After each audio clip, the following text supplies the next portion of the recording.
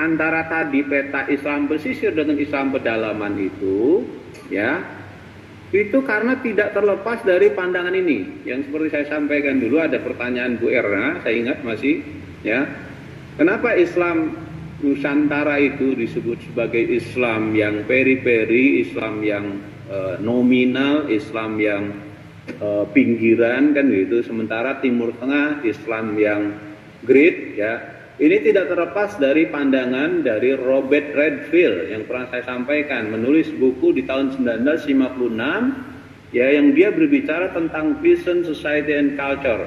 Nah, di dalam buku itu dia membagi agama menjadi dua tradisi, ada Great Tradition dan Little Tradition.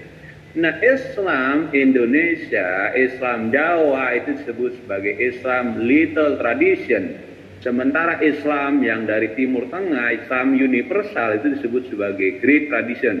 Tradisi besar, Islam universal kalau dalam bahasa tadi Pak Kusnan itu adalah Islam universal, sementara Islam lokal adalah Little Tradition.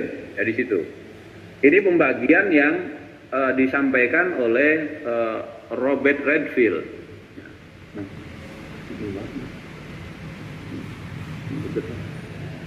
Nah, sekarang kita lihat bagaimana peta kajian Islam lokal. Inilah orang-orang Barat sudah banyak melakukan kajian-kajian terhadap Islam lokal. Seperti umpamanya disertasi yang ditulis oleh Mitsuo Nakamura. Ya, tahun 1983 dia menulis disertasi, dia sengaja, ya, tinggal di Kulon Progo, ya, bukan di Kulon Progo, di Kota Gede, maksud saya di Kota Gede. Ya, dia tinggal di sana, dia melakukan satu riset, ya, dan nanti melahirkan satu disertasi yang kemudian disertasi itu diterbitkan, diterjemahkan ke dalam bahasa Indonesia menjadi Bulan Sabit muncul dari balik pohon beringin. Nah, gitu. Ya. Nah, penelitian ini itu sebenarnya juga salah satu dukungan terhadap pandangan yang diungkapkan oleh Hari Jaya Benda, tetapi melakukan kritik terhadap Clifford Geertz. Ya, kalau dia mengatakan bahwa orang-orang Muhammadiyah, ya, maka dia nanti banyak meneliti tentang Muhammadiyah. Jadi orang-orang Muhammadiyah itu melakukan proses pembaharuan, ya. Bagaimana kemudian Muhammadiyah melakukan purifikasi, ya, terhadap masyarakat di sekitar Kulon Progo, di sekitar Kota Gede itu. Kenapa Kota Gede yang dijadikan pusat penelitian? Karena disitulah basis kekuatan dulu Mataram itu dulu, kekuatannya di situ, maka kemudian dilakukanlah penelitian itu, bahwa kemudian terjadi perubahan itu ya karena ada Islam yang dibawa oleh Muhammadiyah, sehingga ada dorongan budaya santri itu melakukan satu perubahan-perubahan di sana, ya. Jadi ada transformasi kebudayaan dilakukan oleh orang-orang Muhammadiyah, ya, terkait dengan Islam di Jawa. Begitu juga nanti Mark Erwood, ya, tahun 1985 juga dia menulis tentang Islam in Java, jadi Islam di Jawa, normativity, kemudian mysticism in the Sultanate of Yogyakarta, juga sama, menolak konsep Geertz. Baginya Islam yang sudah bersentuhan dengan tradisi dan konteks masyarakat Jawa itu. Begitu juga nanti Bambang Pranowo yang kemudian diterjemahkan bukunya menjadi Islam Jawa. Dia melakukan riset di kampungnya sendiri di Magelang, di Tegaroso, di mana dia nanti banyak melakukan penelitian bahwa terjadi ortodoksi Islam itu menemukan momentumnya di Tegaroso dengan semakin menguatnya budaya santri. Lagi-lagi ini mendukung apa yang disampaikan oleh Hari Jaya Benda dan menolak apa yang dilakukan oleh Clifford Geertz. Nah, masih banyak lagi nanti, ada John R. Bowen, Muslim through Discord Religion and Ritual in Gayo Society. Ini Islam lokal di masyarakat Gayo. Ya, dia meneliti tentang bentuk-bentuk budaya lokal di mana mereka memulai dari ritual, mitos, dan pandangan-pandangan yang dimiliki oleh komunitas Muslim. Begitu juga nanti ada Andre B.T., ya, Adam and Eva in Vishnu. Ya, nanti sinkritisme di Jawa kaitannya dengan selamatan. Ya, nah kalau dia ini nanti mendukung pendapatnya Geertz, ya, yang menyatakan bahwa Islam Jawa adalah Islam yang sinkritis, ya. Jadi terus saja begitu. Jadi antara pandangan Hari Jaya Benda dengan Kipojio terus ada yang mendukung, ada yang ini ya. Begitu juga nanti ada Neil Murder, agama, hidup sehari-hari dan perubahan budaya. Jadi Islam Indonesia dianggap sebagai Islam nominal, yang Islam yang hanya di dalam pengakuan dan bukan masuk ke dalam keyakinan dan penghayatan. Ini dia mendukung dengan pandangan dari Kipojio ya. Baik, Bapak dan Ibu sekalian, nanti banyak lagi. Ada penelitian umpamanya Erni Budiwanti tentang Islam Sasak, Islam Metu, ya. Begitu juga nanti ada Muhaimin Aga, ada Islam dalam bingkai budaya lokal di Cirebon. Ada nanti masyarakat Sasak, Alif Lamim, penelitian dari John Ryan Bartholomew, ya. Begitu juga nanti Nursan tentang Islam pesisir, ada Riklet, 2 bukunya, ya. Bahkan 3 ini nanti ada 3 bukunya ya, tahun 2006, 2007 ya. Ini banyak. Jadi penelitian-penelitian Islam lokal. Ini petanya. Saya lagi sedang membaca peta. Ya, peta kaitannya dengan Islam lokal. Nah, harusnya juga belum lagi nanti penelitian-penelitian di sini tentang Islam aboge. Ya.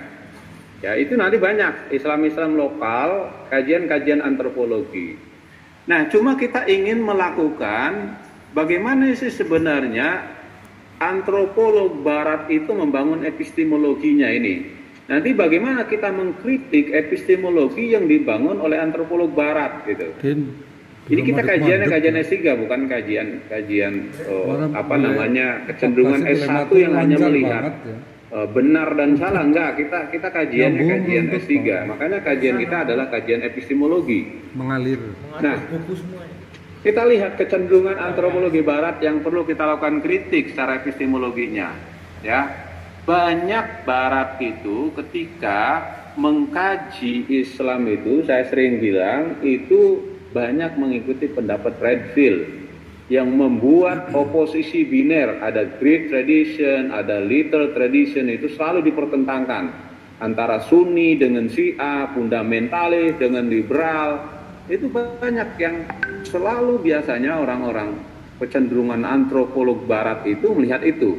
Ada Islam universal lah dengan Islam lokal kan begitu. Terus saja dipertentangkan itu karena mengikuti pendapat yang Redfield tadi. Ya, ada Great Tradition melawan Little Tradition dalam mengkaji masyarakat Islam. Itu yang perlu kita lakukan kritik. Kemudian yang kedua, antropolog itu seringkali memisahkan antara keberadaan teks dengan praktek keberagamaan masyarakat. Kita lihat bagaimana para orientalis kecenderungannya dalam mengkaji Islam itu kan mereka kebanyakan kan hanya mengkaji teks. Dia tidak tahu bagaimana prakteknya di lapangan, teks yang dikaji. Makanya banyak juga orientalis yang keliru karena dia hanya melihat teks, nggak melihat prakteknya. Sebaliknya, ada juga antropolog itu melihat konteksnya, tapi dia nggak melihat teks. Jadi ini ada keterpisahan antara teks dengan konteks. Ya, inilah nanti yang kemudian menjadi alternatif kita sebagai seorang antropolog Muslim ya. Ketika kita melahirkan epistemologi barunya, bahwa teks dengan konteks itu nggak bisa dipisahkan sebenarnya, ya. Nanti kita akan lihat. Nah, kemudian yang ketiga, belum menunjukkan adanya relasi antara wujud dia dengan bentuk latennya dalam keberagaman masyarakat Islam, karena bisa jadi terjadi yang namanya culture bond, ya, atau hambatan kultural. Ya, ini bisa jadi. Ini baik terjadi oleh antropolog barat ketika melakukan penelitian, umpamanya orang barat meneliti Jawa. Bisa jadi ada hambatan kultural yang dia umpamanya belum bisa bahasa Jawa dengan baik. Ya, meskipun dibujuk untuk datang ke Indonesia, dia hampir 3 tahun kursus bahasa Jawa. Ya, kursus bahasa Jawa untuk memahami Jawa. Begitu juga Nakamura ya dan seterusnya, beberapa itu belajar bahasa Jawa sehingga mereka betul-betul paham betul. Tapi tetap saja ada kultural ya, ada hal yang bisa jadi terhambat. Sama seperti umpamanya kita juga mau meneliti orang NU, meneliti Muhammadiyah, bisa jadi akan ada hambatan-hambatan yang jadi. Atau orang NU meneliti NU yang bisa juga ada hambatan. hambatan kultural terutama dari dirinya. Begitu. Nah, itulah yang kemudian nanti relasi itu tidak terbangun ya. Nah, belum lagi nanti ada persepsi mereka tentang agama yang dipahami oleh Barat itu biasanya hanya cenderung pada ritual. Ya, itu pemahaman mereka tentang agama. Akhirnya yang dilihat itu ya model-model selamatan, ya model-model kegiatan-kegiatan, tradisi-tradisi yang terjadi. Akhirnya mereka melihat agama itu. Padahal agama kan lebih dari itu. Bisa jadi ada semangat, ada giro, ada kaitannya dengan hubungan akhirat dan seterusnya. Inilah kelemahan-kelemahan mereka secara epistemologi dalam mengkaji Islam gitu. Nah, karena itu ya kita lihat ya, selain dari persoalan-persoalan itu tadi saya katakan yang paling berat itu adalah persoalan ini tadi, cultural bond itu. Ada hambatan-hambatan kultural.